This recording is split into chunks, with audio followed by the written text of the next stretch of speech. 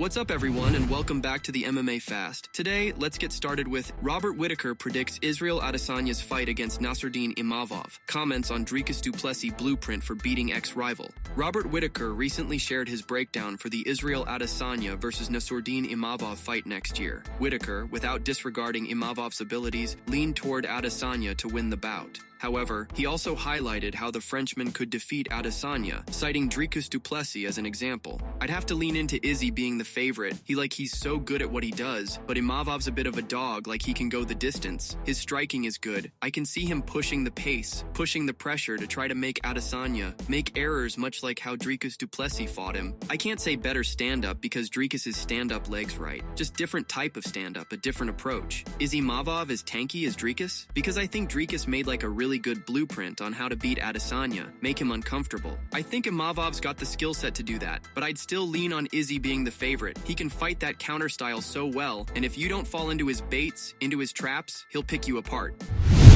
Striking specialist Michael Page identifies one defining attribute in Conor McGregor's arsenal and picks his best finish. Striking specialist Michael Page recently heaped praise on Conor McGregor's striking and identified the skills in his arsenal. He singled out the Irishman's best finish and described why it stood out from the rest of his highlight reel knockout wins. MVP is no stranger to finishing his fights in spectacular fashion, as he made a career of doing so dating back to his tenure with Bellator, which resulted in him gaining a large following. The Notorious, on the other hand, has been a fixture in UFC highlight packages. His knockouts have not only been significant for his own career, but they have also been some of the most impactful in the promotion's history. McGregor's persona, how he walks forward, that confidence walking forward makes people want to retreat. That in itself is such a great attribute to have in a fight. One I did enjoy was against Eddie Alvarez. That slip combination, it was just a beautiful combination. People would land that first shot and they missed the second, missed the third, but he landed. It shows a level that he is as a striker.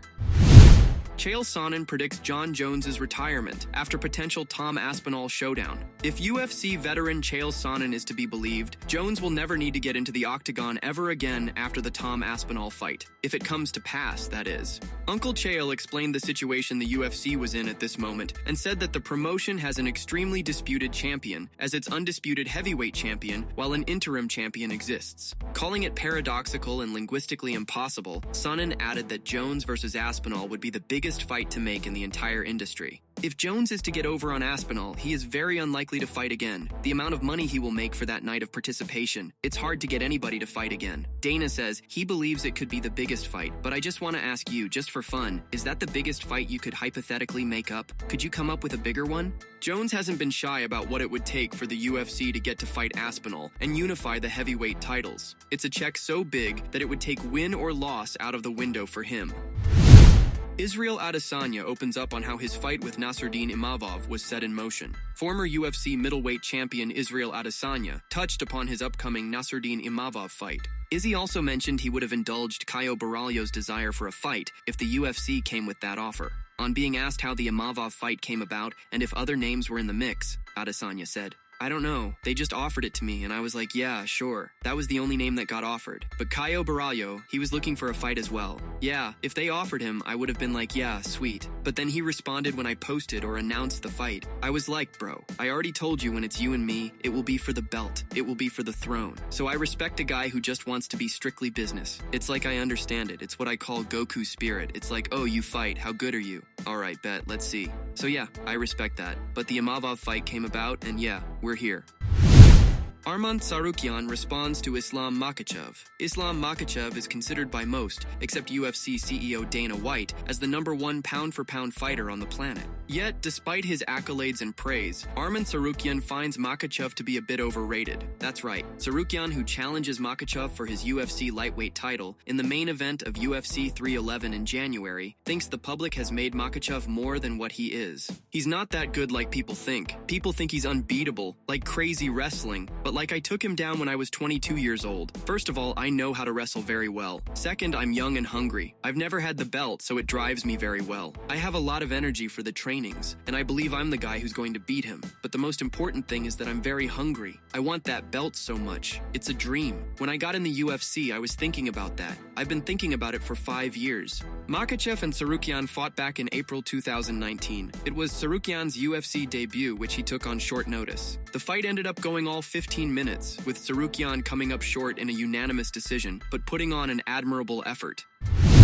Francis Ngannou maintained something unfair definitely happened with Anthony Joshua fight. Francis Ngannou would be hesitant about a rematch with Anthony Joshua after how the lead-up to their fight this year unfolded. The former UFC heavyweight champion faced Joshua in Riyadh, Saudi Arabia, and suffered a second-round knockout loss. Since then, the Predator made a successful return to MMA in October, securing a KO victory over Renan Ferreira at the PFL Super Fights Battle of the Giants event, also held in Saudi Arabia.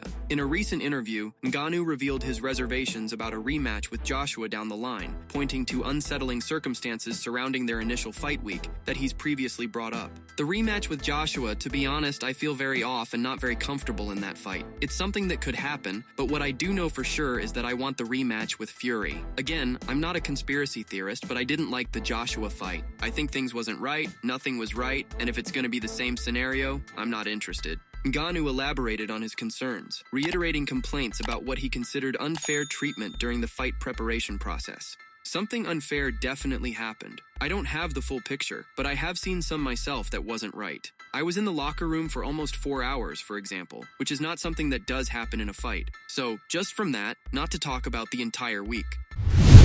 Tom Aspinall predicts Ilia Topuria will achieve greater UFC success in 2025 than this year. UFC interim champion Tom Aspinall is so impressed with featherweight champion Ilia Topuria that he's willing to bet that the Spaniard's 2025 is going to be better than the incredible 2024 he's already had. Aspinall believes it's a new age for Spanish, Georgian, and European MMA as a whole. In his review of the UFC in 2024, Aspinall asserted that Topuria was the first fighter to come to his mind. He had been a part of the featherweight title conversation for a long time, but the way he has gone on about it makes him really special. Going in there to beat a great in the sport like Alexander Volkanovski, a personal favorite of mine, someone I know, someone I look up to. The belt changed hands in February, and then he came back again against Max Holloway and knocked him out. A guy who had never even been dropped in the UFC before. So that's 2 legends he's beaten in a year. What this guy is going to do in 2025 is likely even going to be even bigger than what he did in 2024.